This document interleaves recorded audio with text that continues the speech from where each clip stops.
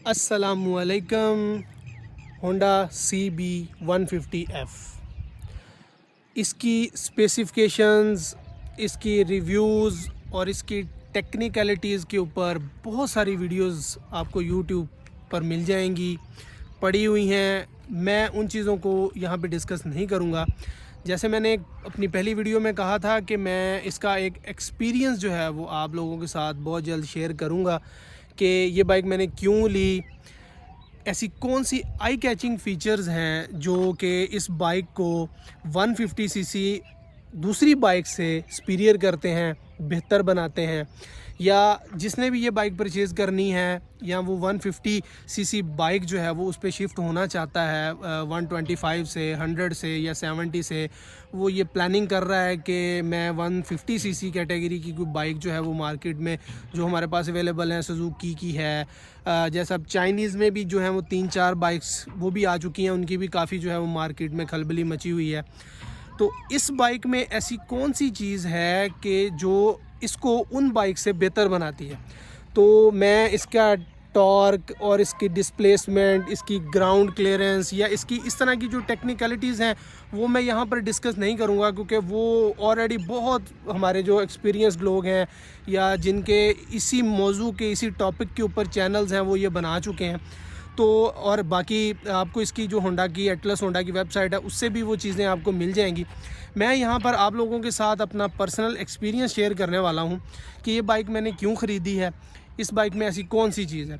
तो पहले मैं आपको चंद जो इसकी आई कैचिंग फ़ीचर्स हैं उसके बारे में मैं बताता हूँ। उसके बाद फिर मैं आपको एक दो इसके जो पॉइंट्स हैं जो कि मुझे लगता है कि इसमें बेहतर हो जाने चाहिए थे अब तक, क्योंकि ये बाइक 2017 से पाकिस्तान मार्केट में लॉन्च की गई है।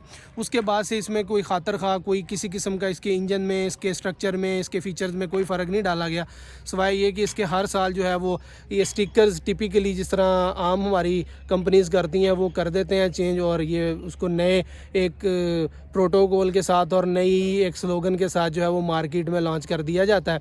तो कुछ चीज़ें इसमें बेहतर हो सकती थी। पहले हम इसकी जो फ़ीचर्स हैं आई कैचिंग जो अच्छे हैं, जो बहुत खूबसूरत लगती हैं चीज़ें, वो इसको डिस्कस कर लेते हैं, उसके बाद हम उसकी तरफ जाएंगे। और एक पॉइंट और यहाँ पे मैं ऐड कर दूँ, ये बाइक जो है वो फॉर सेल है। तो ये कितने की है और ये आपको कैसे अवेलेबल हो सकती है ये मैं आपको वीडियो के एंड में बताऊँगा। तो अगर आप चैनल पर नए हैं, मुझे पहली दफ़ा देख रहे हैं, तो चैनल को सब्सक्राइब कर लें, बेल आइकन को प्रेस कर लें ताकि जो हमारी आने वाली वीडियोस हैं उसके नोटिफिकेशंस आपको मिल सकें। तो अब मैं आपको ज़्यादा बोर नहीं करता, आए इसकी एक रिव्यू जो है वो देखते हैं। सबसे पहले तो जी इसका जो है वो डिज़ाइन, नो डाउट इसका जो डिज़ाइन है वो इसके जो जितने भी राइवल्स हैं, इसके कंपीटिटर्स हैं, 150 सीसी आर्ची में अवेलेबल है, सुपर पावर में अवेलेबल है। अभी रिसेंट जो है वो यूनाइटेड ने लॉन्च किया है अपना 150 सीसी बाइक, वो है वो तकरीबन आप ये कह लें कि 95 से प्लस ही है, 95% जो है वो इससे मिलता जुलता है। वो ऐसा लगता है कि यूनाइटेड ने टोटली उठा के इसको कॉपी मार दी है। उसके बाद हमारे पास सुजुकी में दो बाइक्स हैं, GS150 है और GR150 हैं। अब अगर प्राइस टैग की हम बात कर लें तो वो जितनी भी ये बाइक्स 150 सीसी कैटेगरी की हमारी मार्केट में अवेलेबल हैं उन सब का ही डिफरेंस आ जाता है प्राइस टैग में। GR जो है वो इन सब बाइक्स में सबसे ज़्यादा महंगी है। उसके बाद इसका नंबर आता है CB150F का। फिर ग्रेजुअली दूसरी जो हमारी चाइनीज़ बाइक हैं, अब जो यूनाइटेड ने 150 सीसी बाइक जो है वो लॉन्च की है, उसकी उन्होंने जो इंट्रोडक्टरी प्राइस है वो 275 जो है वो अनाउंस की है। तो जो हमारे दोस्त हैं जो कि उसको लेने के ख्वाहिशमंद हैं, उन्होंने जब उसका एक्सप्लोर किया है, उनसे रब्ता किया है, तो वो बता रहे हैं कि पहली बात तो यह है कि वो शॉर्ट है, और दूसरी बार अगर वो मिल भी रही है तो वो 275 की आपको नहीं मिल रही, वो इससे ज़्यादा ही प्राइस में 3+ में चली जाती है जो अवेलेबल होती है। और उसका वो फ़िलहाल जो है वो अभी टाइम मांग रहे हैं कि आपको कुछ दिनों के बाद वो जो है अवेलेबल होगी। दूसरी तरफ हमारी जो सुजुकी आ जाती है, उसमें जो सुजुकी GS150 है वो आपको मार्केट में अवेलेबल हो जाएगी, वो आपको शोरूम्स पर खड़ी भी नज़र आएंगी। जबकि जो GR150 है उसके बारे में ये है कि वो मार्केट से शॉर्ट है, क्योंकि गवर्नमेंट के टैक्स फ्रेजिंग की वजह से और ये जो डॉलर प्राइस फ्लक्चुएशन है इसकी वजह से उसकी जो इंपोर्ट है पार्ट्स की वो अभी टेम्परेरीली बैन है। एलसीज़ वगैरह वो लोग कहते हैं कि खुलेंगी दैन जो है वो मिल सकेगी। तो अब अगर मैं इसकी कुछ ऐसे फ़ीचर्स हैं जिनके बारे में मैं बात करूं कि जो मुझे पर्सनली इस बाइक में बहुत अच्छे लगे हैं, जो कि इसको मुझे मतलब बहुत खूबसूरत लगे हैं इस बाइक में, वो इसका सबसे पहले तो ये है इसका मीटर जी। इसका मीटर नो डाउट बहुत खूबसूरत है।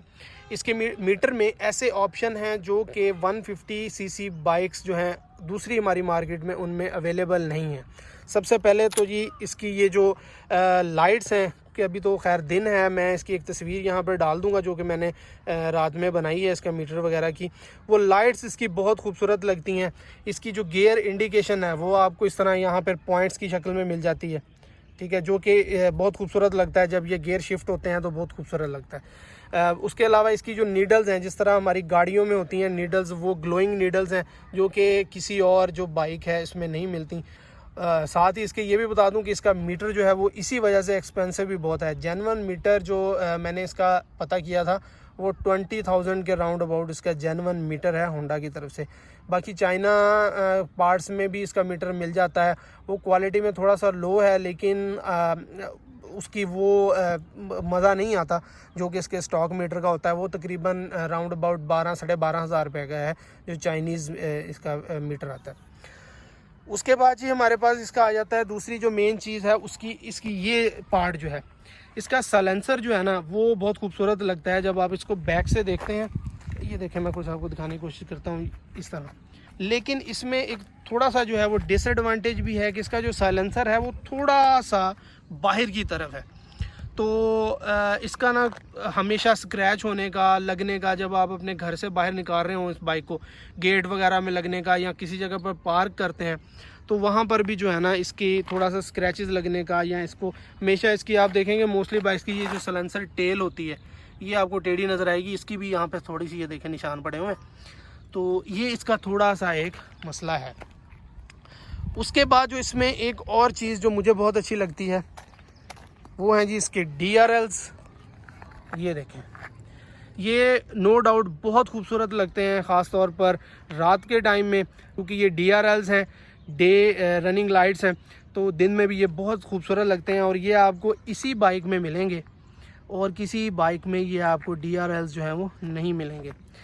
फ्रंट से इस बाइक की लुक भी बहुत खूबसूरत है। नो डाउट जो अब यूनाइटेड की बाइक आई है 150 सीसी वो भी बहुत खूबसूरत है फ्रंट से, लेकिन ये बाइक जो है ना ये फ्रंट से भी बहुत खूबसूरत है। अब है जी इसकी सीट की बात। सीट इसकी बहुत कंफर्टेबल है, थोड़ी चौड़ी सीट है, बड़ी सीट है, तो जो एलिवेटेड ज़्यादा नहीं है जिस तरीके से आम बाइक्स की होती है। ये देखें, मैं थोड़ा सा ज़रा कैमरा नीचे करके आपको दिखाता हूँ, बहुत ज़्यादा एलिवेटेड नहीं है, तो जो आपके साथ पैसेंजर होगा जो पीछे आपके बैठ सकते हैं तो वो बहुत ज़्यादा जो टिल्ट नहीं होंगे, जैसा कि बहुत ज़्यादा बाइक्स में एक दो बाइक्स हैं जैसे आर्ची है उसकी जो बैक जो है वो बहुत ज़्यादा अपलिफ्टेड है, तो उसकी वजह से जो आपके साथ पैसेंजर होते हैं वो कंफर्टेबल नहीं होते। और दूसरी बात ये है कि जो इसका राइडर होता है जो इसको चला रहा है उसके लिए भी इसका जो सिटिंग पोस्चर है वो बहुत कंफर्टेबल और बहुत खूबसूरत रहता है। आपके ऊपर आप जब इसके बैठते हैं तो आपको ये फील आती है कि आप बाइक के अंदर बैठे हुए हैं। और इसके ये जो श्राउड्स हैं ये साइड वाले, ये इसके अंदर जब आप बैठते हैं तो ये श्राउड्स आपको ऐसे फील करवाते हैं कि आप बहुत सेफ़ हैं और बाइक के आप अंदर की तरफ करके बैठे हुए हैं, ना कि आप बाइक के ऊपर बैठे हुए हैं जो कि आपको कंफर्टेबल नहीं लगता। तो ये भी इस बाइक का एक बहुत प्लस पॉइंट है जी। तो अगर अब हम इसके ग्रिप्स की बात करें तो इसकी ये ग्रिप्स जो हैं ये पर्सनली मुझे बहुत पसंद है। ये डायनामिक सी लुक देती हैं इस बाइक को, ये बहुत पसंद है मुझे। उसके बाद एक चीज़ जो है वो इसमें कमी है कि वो किल स्विच जो है वो हमारे बहुत सारे दोस्त हैं उसको लाइक करते हैं, तो इसमें किल स्विच का ऑप्शन नहीं दिया गया। मुझे पर्सनली उससे कोई इशू नहीं है कि अगर किल स्विच है तो भी ठीक है, नहीं है तो भी ठीक है।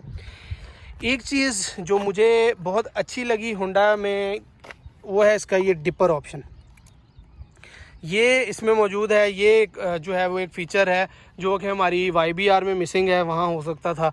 जो इसकी CB125F है उसमें जो है ये हो सकता था। सुजुकी की बाइक्स में ये नो डाउट अवेलेबल होता है, तो ये चीज़ भी इसमें अच्छी है जी। तो अब आ जाते हैं हम इस बाइक के राइड के ऊपर और इसके कंफर्ट के ऊपर और इसकी फ्यूल एवरेज के ऊपर, इसकी पार्ट्स जो हैं उसकी अवेलेबिलिटी के ऊपर। पहली बात तो ये है कि मैंने एक कंपैरिजन वीडियो बनाई थी अपने YBR की और CB125F जो कि इससे पहले मेरे पास था। तो उसकी अगर आपने कंपैरिजन वीडियो देखी है तो आपको बहुत सारे डिफरेंसेस जो है वो वैसे ही समझ में आ गए होंगे। अगर वो आपने वीडियो नहीं देखी तो मैं यहाँ ऊपर इसका जो है वो टैग लगा दूँगा या डिस्क्रिप्शन में उसका लिंक भी दे दूँगा, आप उसको भी देख सकते हैं। अच्छा जी, अब बात कर लेते हैं इस बाइक के कंफर्ट की। मैं पर्सनली YBR जो है वो मेरे पास 2019 से है। उसके बाद मैं CG125 जो है उसको भी यूज़ कर चुका हूँ, CB125F उसको भी यूज़ कर चुका हूँ। उसके बाद जो है वो अपना सुजुकी जो है GD110 उसको भी मैं यूज़ कर चुका हूँ।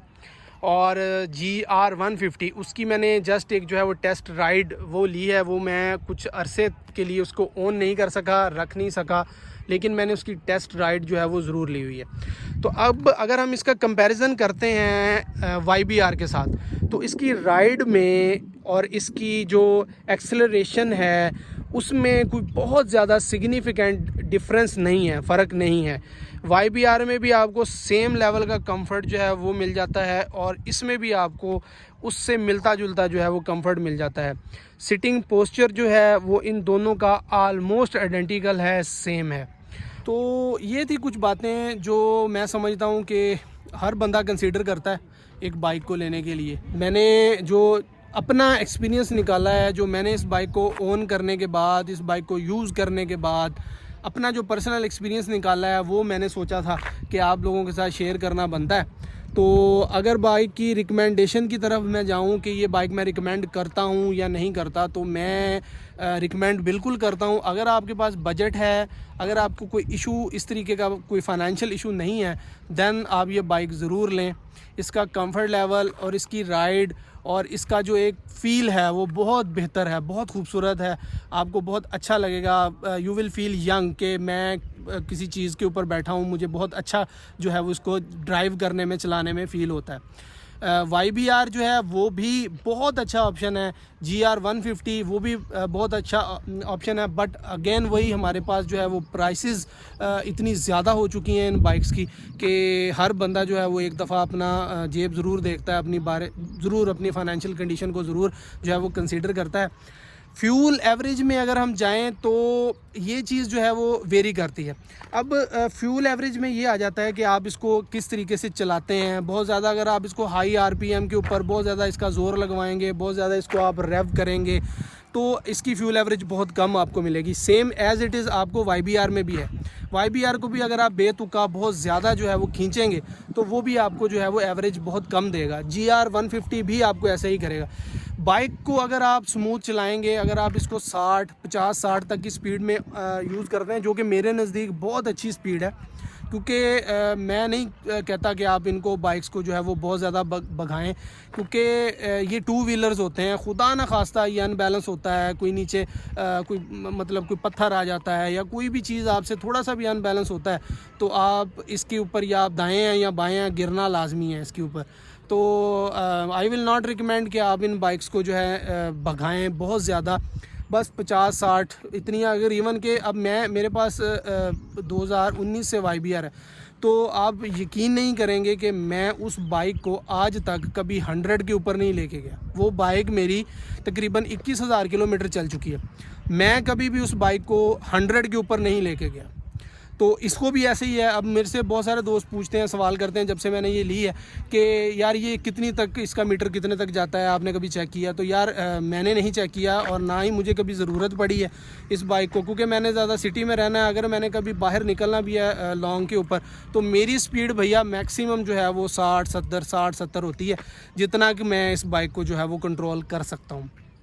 तो ये जो है वो कितनी स्पीड तक जाती है, क्यों जाती है, कैसे जाती है, इसकी वहाँ पर एवरेज क्या आती है, ये चीज़ें जो है इसका आंसर मैं नहीं दे पाऊँगा क्योंकि मैंने कभी भी इस चीज़ को एक्सपीरियंस नहीं किया।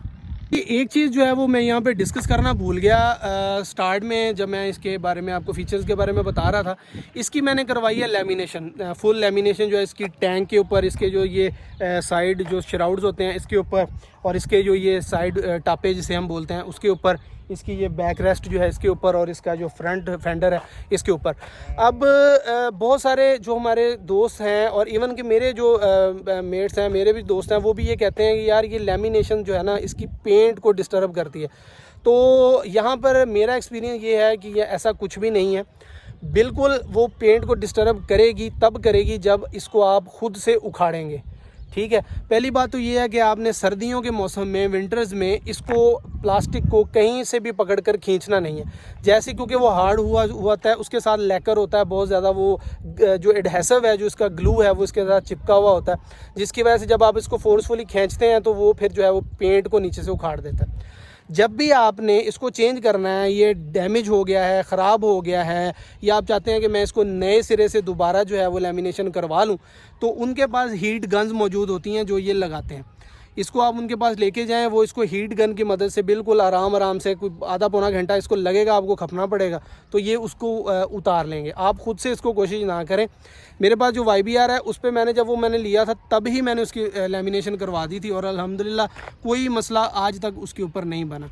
तो ये आप फ्रीली, बग़ैर किसी टेंशन के, बग़ैर किसी सोच के, आप अपनी बाइक की प्रोटेक्टिव करने के लिए, इसकी लाइफ बढ़ाने के लिए, इसको स्क्रैचेस से बचाने के लिए आप इसके ऊपर लेमिनेशन करवा सकते हैं। किसी अच्छे एक्सपर्ट बंदे से आप अपनी जो है वो लेमिनेशन करवाएं।